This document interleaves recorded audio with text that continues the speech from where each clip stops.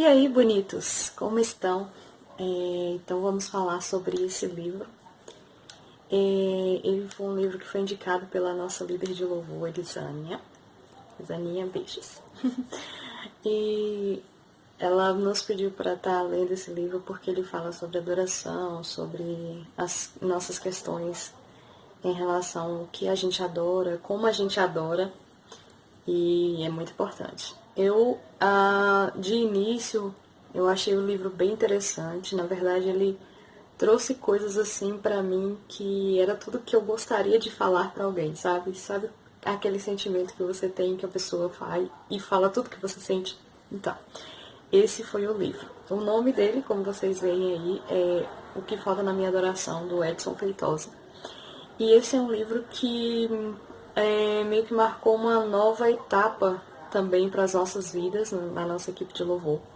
Para quem está lendo, para quem já leu, ver que há algumas questões como a presença de Deus. Ele começa a falar muito, ele traz ali Êxodo 33, que fala muito sobre a presença de Deus e sobre a questão da adoração e tal. Ele usa também algumas pessoas, ele usa também algumas questões sobre pessoas que são insensíveis à presença. Então, algumas vezes, ele dizendo no livro que ele olhava de cima do altar e via muitas pessoas que estavam jogadas assim, adorando a Deus de forma muito espontânea e muito profunda, enquanto outras não sequer parecia que não fazia cosquinha, entende? Né? Crazy. Uma questão bem interessante que ele traz no livro, que a gente até tinha comentado na nossa videoconferência, mas que não tinha dado certo. Que a gente comentou na nossa videoconferência, mas que a gente acabou nem comentando tanto sobre, foi a questão da adoração de longe e adoração de perto. Eu quero trazer isso para vocês. Tipo assim, quando Moisés ele ia adorar, ele saía do acampamento. E ele ia bem longe, bem longe, bem longe, e acampava e fazia uma tenda. Ali vinha a presença de Deus. E o resto do povo, o povo hebreu, eles ficavam de longe olhando e adorando de longe. Então Moisés ia e eles ficavam. Então ele trouxe essa temática e ele trouxe assim uma questão bem interessante que foi: hoje nós podemos adorar bem de perto. Tipo, a gente pode ter a presença de Deus no momento que a gente entra, que a gente foca na presença, que tipo, hoje, depois do sangue de Cristo, depois de Jesus, nós podemos entrar no Santo dos Santos e adorar. Depois do véu, depois que o véu foi rasgado. E naquele tempo não, naquele tempo as pessoas adoravam a Deus de longe. Então ele trouxe isso, foi bem interessante ele falar que hoje nós temos uma grande oportunidade de adorar a Deus de perto. Ele falou algo bem interessante em relação às nossas emoções, porque muitas vezes a gente olha pessoas chorando, pessoas tendo alguma emoção diante de Deus. E talvez a gente pode até julgar, aquela pessoa tá chorando, a pessoa tá não sei o que, tá tendo uma certa emoção, que para nós pode ser algo tipo muito da carne, como diz por aí, muito da carne. Mas, tipo assim, ele traz essa questão bem enfática, dizendo assim: por que nós não podemos adorar com nossas emoções? Nossas emoções também são para adorar a Deus, até porque foi Ele que nos deu essas emoções. Então, achei bem interessante também essa questão das emoções. E ele trouxe algo muito forte. Eu sei que cada um de nós, da equipe de louvor, nós temos muito isso. Adorar a Deus nos protocolos versus espontaneidade. Então, quando a gente tem aquelas regrinhas, tipo, você não pode fazer isso porque você está em cima do altar ou em cima do palco. Cara, isso quebra muito com a gente, porque quando a gente sente a presença de Deus, a gente não quer saber de protocolos, muitas vezes. É claro que você não vai sair por aí fazendo o que você quer, fazendo, tipo, a gente tem que ter discernimento das coisas. Mas, tipo assim, a gente também precisa ser muito espontâneo diante de Deus, porque Ele é uma pessoa. Então, quando a gente, por exemplo, se eu chego para minha amiga ou para o meu amigo, falo assim, falo todos os dias com ele e faço de uma forma bem protocolada, bem formal, bem e às vezes, muitas vezes, repetitiva, a pessoa vai, tipo, achar que você é louca, que você não tem muito, sabe? Não tem muitas ideias. Então, assim, eu fico imaginando Deus recebendo todo tipo de adoração e às vezes repetidas e protocoladas. Eu, se fosse comigo, eu não ia gostar. Eu não gosto de pessoas que ficam repetindo a mesma coisa sempre, entende? Então, tipo, eu acho que a religiosidade, ela traz muitos protocolos. Enquanto a espontaneidade, ela libera, te traz um pouco de liberdade, entende? Tipo isso. Ele trouxe algo muito interessante, que foi uma coisa que ele fez.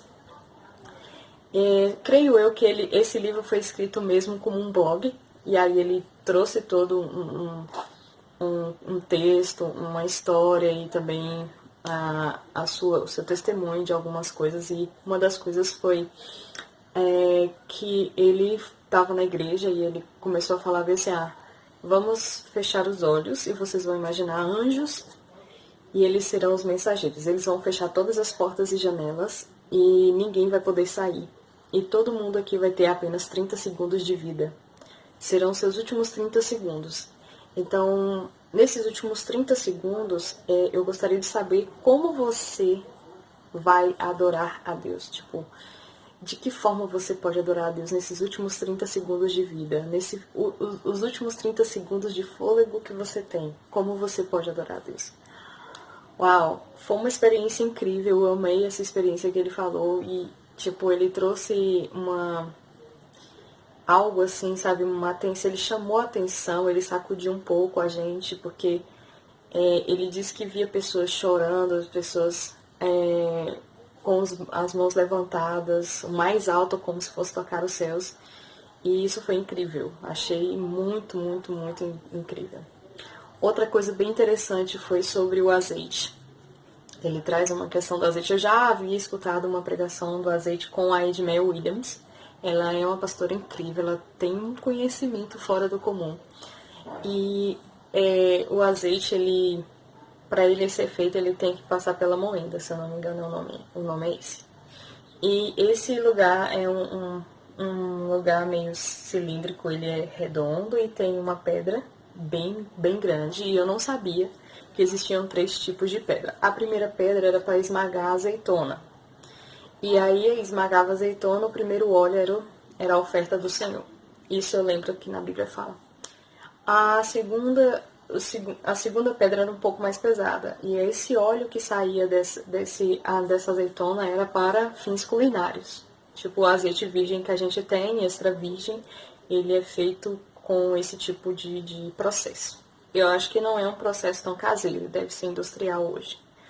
E o terceiro o azeite, esse azeite ele é feito por uma pedra bem mais pesada e essa pedra consegue esmagar a semente. Aí é o óleo da unção. Quando ele falou sobre essa questão de você ser usado, no ministério, muitas vezes nós devemos ter essa unção. E a unção que a pedra é a unção feita com uma pedra que esmaga a semente.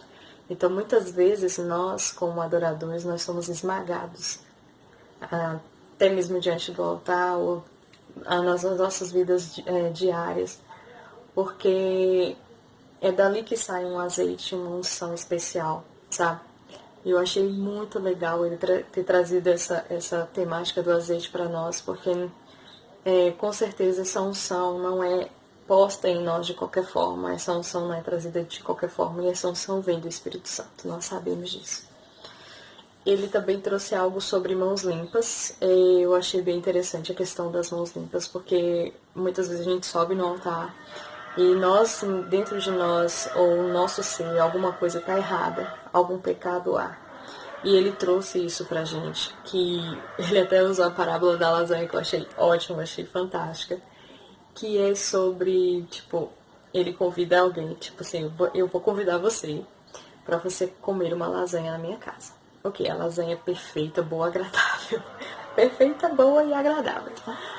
Aí, só que é o seguinte, tá tudo pronto, sabe? São 3 da tarde, todo mundo morrendo de fome porque eu demorei porque eu estava mexendo no encanamento, no esgoto, eu estava mexendo em um monte de coisa suja e não deu tempo lavar as mãos e eu não tenho como te servir se não for com as mãos. Então, você comeria essa lasanha? Aí fica essa questão. Então, ele trouxe essa questão para nós no altar, porque nós subimos no altar. Nós vamos servir uma lasanha com as mãos sujas? Nós vamos servir um louvor com as mãos sujas? Nós vamos servir a Deus com as mãos sujas? Nós vamos servi-lo em pecado? Então, ele trouxe isso, foi incrível.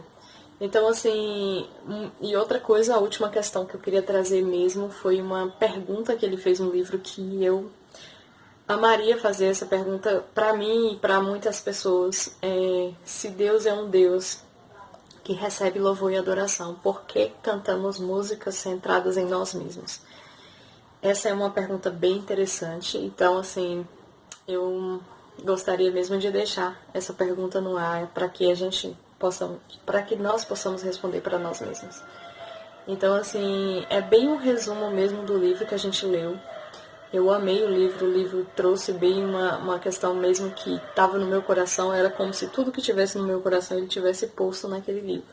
Recomendo muito você ler esse livro, porque assim, por mais que eu tenha falado aqui um resumão do livro, ele tem 90 páginas no e-book, você pode dar uma olhada depois, mas por mais que eu faça aqui o resumão do livro, eu acho que cada um tem uma revelação para si, tem um segredo que Deus revela através das palavras, né, de livros da Bíblia. E eu gostaria mesmo de propor, né, esse desafio de você ler esse livro. Ele não demora muito para ler, é uma leitura muito tranquila, muito boa, muito leve de se fazer.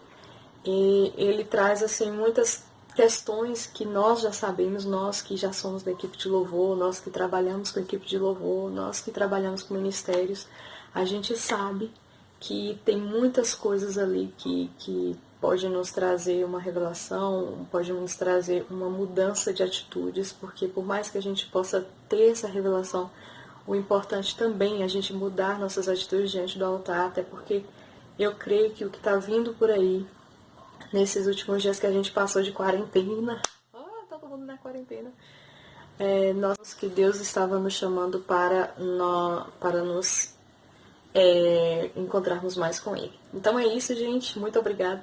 Esse foi o nosso resumo de hoje, tá? Beijo.